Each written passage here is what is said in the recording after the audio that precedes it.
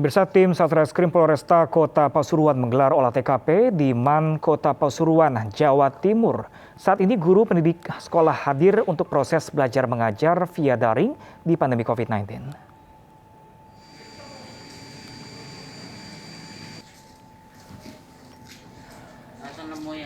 Polres Kota Pasuruan mendatangi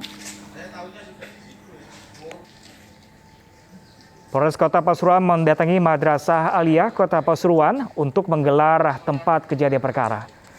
Garis polisi dipasang guna mempermudah petugas memeriksa penyebab kebakaran yang terjadi pada Rabu malam. Diketahui terdapat 3 ruang gedung yang terbakar, yaitu studio musik, lab komputer, dan perpustakaan. Beruntung pembelajaran tatap muka masih dilakukan secara daring, sehingga siswa tidak perlu ke sekolah karena tidak dapat menggunakan fasilitas sekolah. Untuk dampaknya ya secara umum berpengaruh pada pembelajaran pendidikan. Tetapi untuk kerugian masyarakat ada karena ini internal. Sebelumnya Rabu malam, pemirsa, sekolah Madrasah Aliyah Negeri Kota Pasuruan, Jawa Timur ludes terbakar. 3 ruangan yaitu laboratorium, komputer, puskesmas, dan ruang musik hangus terbakar. Banyaknya perlengkapan sekolah yang mudah terbakar, seperti meja dan kursi, membuat api cepat merambat ke ruangan lainnya. Api dapat dipadamkan oleh petugas damkar BPBD Pemkot Pasuruan 2 jam kemudian.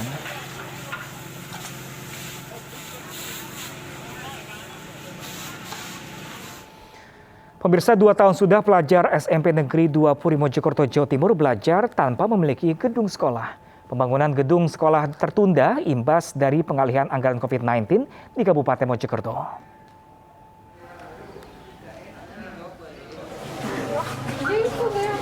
...191 siswa SMP 2 Puri terpaksa menumpang belajar di SD Brayung Mojokerto, Jawa Timur. Bahkan sejak 1 bulan terakhir saat kebijakan PTM diberlakukan, siswa SMP 2 Puri harus bergantian bersekolah dengan siswa SD Brayung yang memiliki gedung tetap. SMP 2 Puri belum memiliki gedung sekolah karena imbas dari refocusing anggaran COVID-19 di Kabupaten Mojokerto tahun 2020, sehingga pembangunan sekolah terkendala. Pembangunan yang seharusnya rampung tahun ini masih berlangsung sekitar 50%. Rencananya pihak sekolah akan membangun 6 kelas dan 1 gedung untuk ruangan guru serta administrasi. Kita usulkan gedungnya. Kalau ini tanah kita sudah ada, sehingga tahun 2020 kita memberanikan diri untuk PPDB karena kami sudah mengusulkan untuk pembangunan gedungnya. Bersamaan dengan itu kita memberanikan diri untuk memulai PPDB, sehingga PPDB kita mulai tahun 2020 dengan 3 rombel. Kemudian anggaran kita pembangunan fisik tahun 2020 kena refocusing. Selesai, semoga cepat selesai dan semoga cepat pindah ke sekolah yang baru. Ya. Agar seluruh siswa mendapatkan kesempatan sekolah yang sama, proses pembelajaran dibagi dalam beberapa sesi. Jika siswa SD Brayung masuk pagi hari, maka siswa SMP 2 Puri akan masuk siang sehingga pembelajaran tatap muka baru bisa selesai sore hari. Dari Mojokerto, Jawa Timur, Solahuddin, Ainis melaporkan. Pemirsa, memasuki semester ganjil 2021-2022, sejumlah universitas di Jakarta Selatan akan menggelar pembelajaran tatap muka. Salah satunya di Universitas Budi Luhur menggelar simulasi PTM untuk para mahasiswa dan juga dosennya. Sejumlah persiapan digelar pihak kampus untuk pelaksanaan pembelajaran tatap muka pada pekan depan. Sosialisasi sudah diberikan baik pada pengajar ataupun mahasiswa. Selain itu, disinfeksi ruangan kelas dan kampus pun juga dilakukan.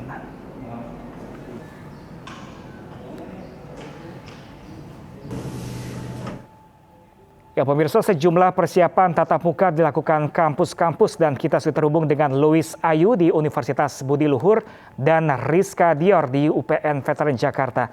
Namun terlebih dahulu kita ke Rizka Dior, pemirsa. Ya Rizka, apa saja syarat para mahasiswa nanti untuk memasuki pembelajaran tatap muka yang akan digelar pekan depan? Ya, selamat siang Pram dan juga pemirsa. Pembelajaran tatap muka di sejumlah universitas di Jakarta ini memang akan segera diberlangsungkan. Salah satunya di tempat saya melaporkan saat ini di Universitas Pembangunan Nasional Veteran Jakarta yang berada di Pondok Labu Cilandak, Jakarta Selatan.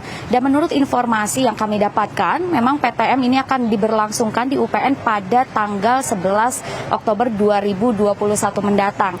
Dan menurut pemantauan kami sejak pagi hari tadi, memang ini sejumlah persiapan menyambut PTM sudah dilakukan, seperti adanya penyiapan sarana pembelajaran di dalam kelas, yakni adanya penyemprotan disinfektan, juga adanya penyiapan sejumlah bangku yang akan diduduki dengan diberikan jarak begitu. Selain itu juga nantinya bagi mahasiswa yang akan menghadiri pembelajaran tatap muka ini dan juga para petugas seperti dosen dan juga stakeholder yang terkait harus menyiapkan aplikasi Peduli Lindungi untuk dapat memasuki kawasan Universitas Pembangunan Nasional Veteran Jakarta.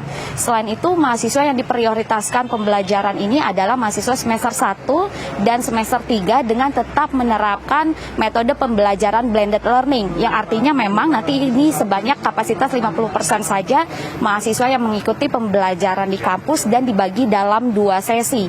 Dan untuk mengetahui lebih lanjut seperti apa perkembangan di Universitas Budi Luhur, sudah ada rekan kami Luis. Silakan Luis, laporan Anda.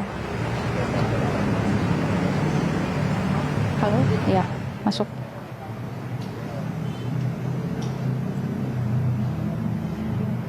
Mati lagi. Ya, Pram dan juga pemirsa, menjelang pembelajaran tatap muka atau PTM yang akan dilaksanakan pada pekan depan, sejumlah persiapan juga dilakukan Universitas Budi Luhur. Seperti hari ini, pihak UBL telah melakukan simulasi PTM dengan protokol kesehatan yang ketat. Selain itu juga saya akan menunjukkan kepada pemirsa terkait penerapan pembelajaran tatap muka di kelas yang akan dilakukan oleh kampus Budi Luhur. Seperti yang terlihat di layar kaca pemirsa saat ini, kapasitas per kelasnya hanya diperbolehkan 50% dari jumlah mahasiswa sebelumnya. Dan di dalam kelas pun jarak antara mahasiswa juga sangat diperhatikan. Dan untuk mengetahui mekanisme sistem perkuliahan tatap muka, langsung saja sudah bersama saya Pak Wendy, salah satu dosen di Universitas Budi Luhur yang juga rektor di Universitas Budi Luhur ini. Selamat siang Bapak, mungkin bisa dijelaskan kepada pemirsa iNews terkait dengan mekanisme yang akan diterapkan sistem penerapan belajar daring, karena kita melihat bahwa hanya beberapa kelas murid ya di kelas ini. Seperti apa Pak? Baik, terima kasih. Jadi pelaksanaan PTM di Universitas Budi Luhur ini diselenggarakan secara hybrid. Artinya separuh di kampus dan separuh lagi online di rumah masing-masing melalui video conference. Nah, untuk itu tentunya kita menerapkan persyaratan. Untuk yang boleh ke kampus harus vaksin 2 kali, jadi vaksin lengkap, dan kemudian harus mendapatkan izin dari orang tuanya. Jadi ada surat izin yang harus mereka berikan agar mereka bisa datang ke kampus. Untuk itu kemudian akan dicek di depan dan akan dicek dengan jadwal, dengan aplikasi. Mereka datang menunjukkan barcode-nya, akan dicek oleh petugas, baru setelah mereka benar terjadwal pada hari itu, baru mereka baru masuk ke dalam kampus. Dan untuk itu pun kita terapkan dalam hybrid ini dengan memanfaatkan teknologi. Ya, jadi itu yang kita terapkan, sehingga harapannya dengan adanya PTM hybrid ini kita mengurangi terjadinya penyebaran virus COVID-19 di kampus agar tidak terjadi klaster baru. Oke, baik Pak Wendy, terima kasih banyak atas waktunya. Selamat bertugas kembali. Terima kasih. Demikian Pram terkait simulasi pembelajaran tatap muka yang akan dilakukan di Universitas Budi Luhur. Tentunya nantinya mahasiswa yang akan belajar tatap muka akan melaksanakan dengan protokol kesehatan yang ketat. Kembali ke studio. Ya, terima kasih atas laporannya Lois Ayu dan Rizka Dior, dan selamat bertugas kembali. Pemirsa, sesosok bocah berseragam ditemukan mengambang di tengah Laut Bau-Bau, Sulawesi Tenggara. Selengkapnya sesaat lagi pemirsa, tetaplah bersama kami di Asia. Laki-laki kesini, metas.